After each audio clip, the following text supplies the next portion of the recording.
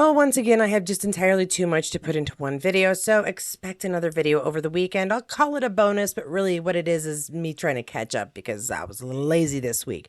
But I'm going to start off this video with some birthdays, including some people who have been behind the scenes for us and giving us some great Trek and a remembrance and a legacy. This is the Star Trek Void, where I try to fill in the gaps between new episodes with some news, some information, and hopefully a little bit of entertainment. Now remember, these are birthdays from folks in the last week or so. None of them are today specifically, but I do want to make sure that we take a moment to celebrate each one.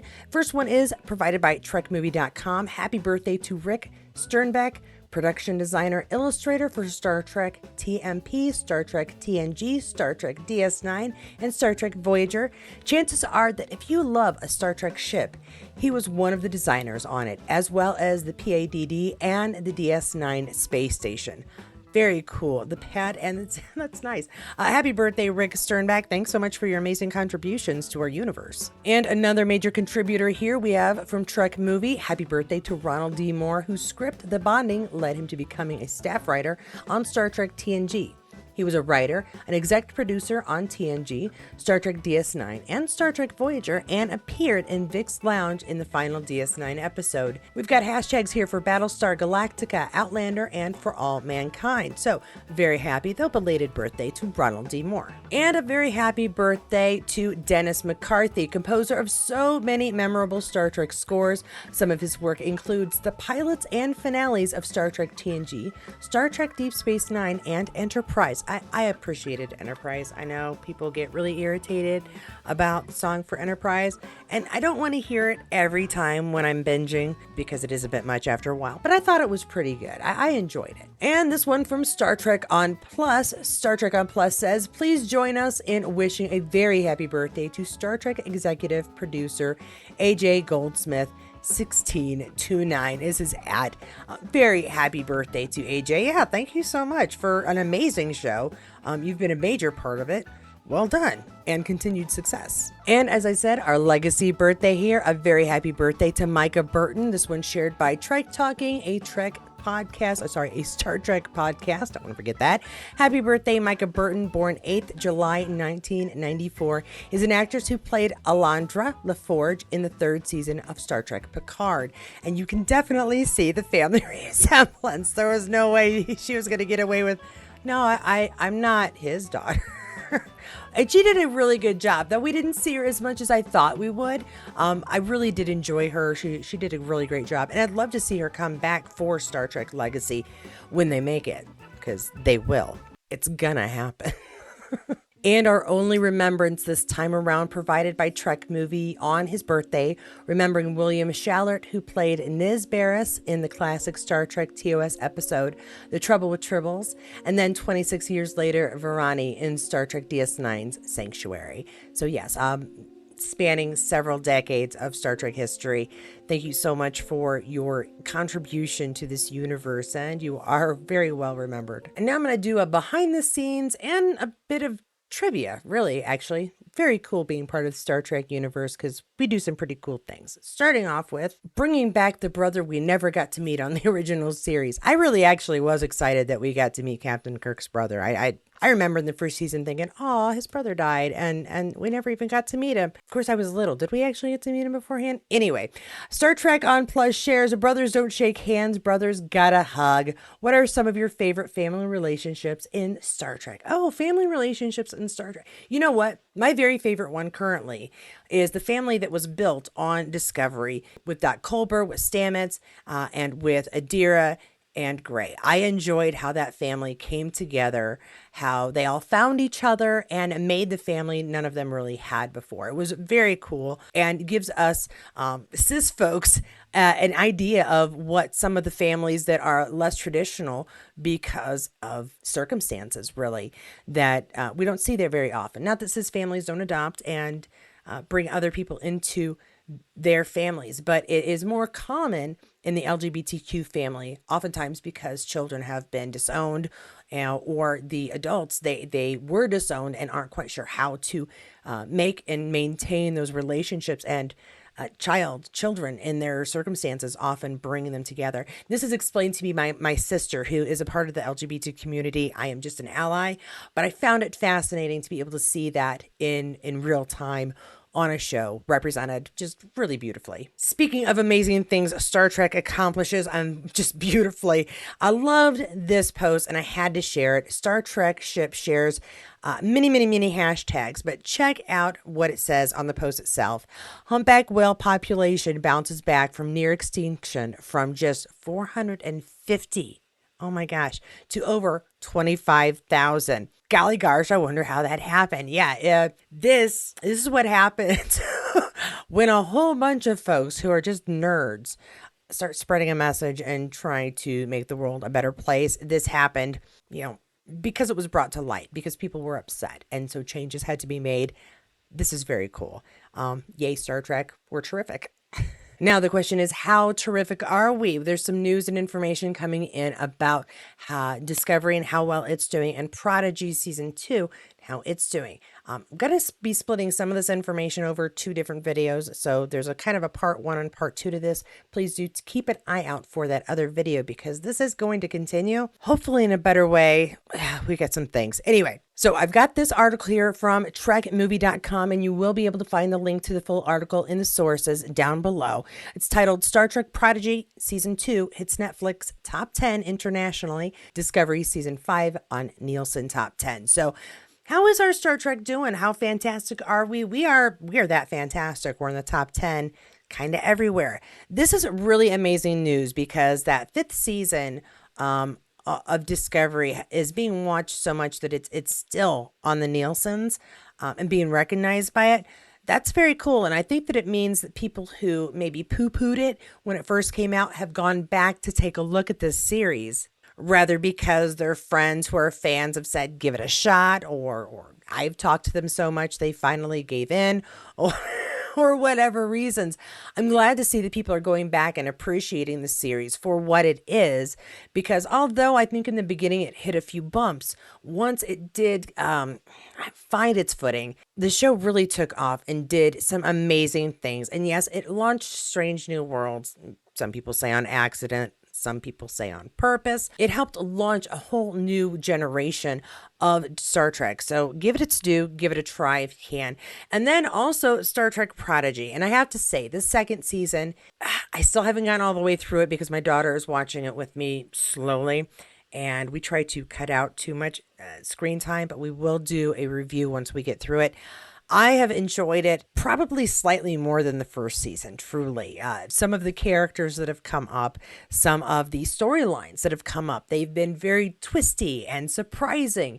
And I've enjoyed kind of the best versions of some of our characters that we'd only see in live action. So I'm very much enjoying it. And this news seems like it would bode well for the future of Prodigy. And there has been some fun Prodigy discussions, especially if you spend way too much on social media, because things come up. This is probably a spoiler I shouldn't know about, and I won't say anything to my daughter in case it's actually revealed in the series. But it happens when you do research for a show that you haven't finished the run on but has finished. You come across spoilers. So this is probably a spoiler in case you haven't watched Prodigy. If you don't mind, let's continue. If you do, get out of here. This one is shared by Screen Rant. Breaking. It's true, maj'el in Star Trek Prodigy Season 2 comes from a legendary Star Trek Vulcan ancestry, confirmed by Brothers Higman, Good Aaron, Sci-Fi Sisters, and ScreenRant.com has the full article. Now, it doesn't seem like the biggest giveaway, but yeah, here we can see in the note here, maj'el's family history with T'Pau was not stated on screen in Star Trek Prodigy Season 2, but was hinted at by maj'el's hair, which is a visual nod to the white trim of T'Pau's hair in Star Trek, the original series. And yes, we can see it here. The original series, it does have that white trim right here. We can see it on maj'el. I thought that was a very interesting look for a Vulcan, and as someone who enjoys fun hair, I thought it was unusual that a Vulcan would be vain enough to, yes, I will admit, to have some vanity here, but to go to the trouble of highlighting in such a way that it's a unique pattern and so specific, and possibly It's a family trait, which I find very interesting now. And I'm glad that I'm not spoiling myself from something that they reveal in Prodigy. It's an afterthought, but it's an afterthought that clears up some confusion in my head because we do see Vulcans do take very good care of themselves. They are healthy. They are very hygienic, obviously, but we don't see a whole lot of, again, vanity, hair coloring, and such. So it's nice to kind of understand that better. Thank you, Hegeman Brothers, for clearing that up. It would have bugged me, quite frankly. Now, while we are all enjoying Prodigy Season 2, whether you finished it or are doing a slow burn like I am, what we do wonder is what Prodigy's future says about Star Trek's future. And this is a post that I shared, or I saved last week, and I've seen some different incarnations of it over the last week. I'm going to take a look down here because what I found fascinating is throughout most of this, the spools.net article, it really just goes over what Star Trek is, each one of them, the not rumors, but the actuality of Academy, of Section 31, the cancellation of Discovery, the extension of Prodigy, but on another channel, the discontinuation of the series after season 5 of Lower Decks. And this article is very nice about Prodigy, saying that the team behind Prodigy has done their part and then some. With enough success and support, there's no reason Netflix or someone else couldn't produce some sort of continuation of the ambitious show. But the concern is that there could be a cancellation, just to have a groundswell of support to bring it back to the airs, kind of like we already did. And the reason I wanted to kind of go through this, please go and feel free to read through this article. I found a lot of it basically stated things that we already know, until it gets down to the possible cancellation of Prodigy, because a lot of us are just now gearing up to try and fight for a season 3. Unfortunately, it would seem that IMBD sees it in a very different light, because if you take a look at the series run, it already has an end date. It states 2021 to 2024, saying that this is the final season of Star Trek Prodigy. So does that mean that somebody has announced it to IMBD and now there's no hope? And why should we even bother attempting to get a season 3 of Prodigy? No, it doesn't. Because you know what? I love IMBD. On the surface, it's great. It gives us some fun information, generally accurate as far as stuff in the past. However, I will tell you right now that more than once I have found the Prodigy is wrong about the air dates of a show, the end dates of a show, the complete cast of a show. IMBD is not the end all be all of all information about television. And so I'm going to take this with a grain of salt. Anything that we fight for is possible. Yes, Star Trek Prodigy season 3, very, very possible. The show's barely out of the gate for its second season, and it's already on the top 10 internationally. I'm convinced that if the people who want the third season are loud enough about it, Netflix will be wise enough to create it. I also very much feel that there's a chance that we can get Lower Decks. There'll have to be some understanding that the premise may change. Heck, even the name may change, because our folks, they're no longer Lower Decks, and that does need to be taken in consideration. But it's very possible, and I absolutely believe, probably more than the others, quite frankly, that Star Trek Legacy will be made. There's an amazing chance to continue a story in a time like that. Many fans are of the age that they would like to continue their childhood through their adulthood and continue these adventures with these characters that they have loved for decades. Whether we bring back Wesley or see more of Riker and Deanna, or I don't know, go find Tasha's sister. I don't care. There are many ways that the story continues, especially since so many people do want 7 of 9 and Rafi and Jack on the bridge of the Enterprise G, continuing what we do believe could be an amazing adventure. New discoveries, new enemies, maybe even some new tricks played by Q, but still a great way to allow fans that have been there for a long time to enjoy the kind of show they really want to be able to watch. And so I wouldn't count Prodigy out. Not yet. And I wouldn't count Lower Decks out either, because quite frankly, we fans, we're loud. We are willing to pay for banners to fly over on airplanes. We are willing to make videos and talk about our shows constantly. We are willing to tweet. We're willing to write letters. Who knows what may come next, and who may be hearing our loud roar of please give us this show. And that is what I have for you today. I do hope that this got you off on the right foot and got you some fun information. If you enjoyed this video, please give it a like. If you enjoy the format, well, subscribe to the channel and hit that notifications bell so you'll see the next video. And there will be a next video because I've already got it sort of setting up that I'm about ready to record. Thanks again to my patrons and my members. I so appreciate your extra contribution.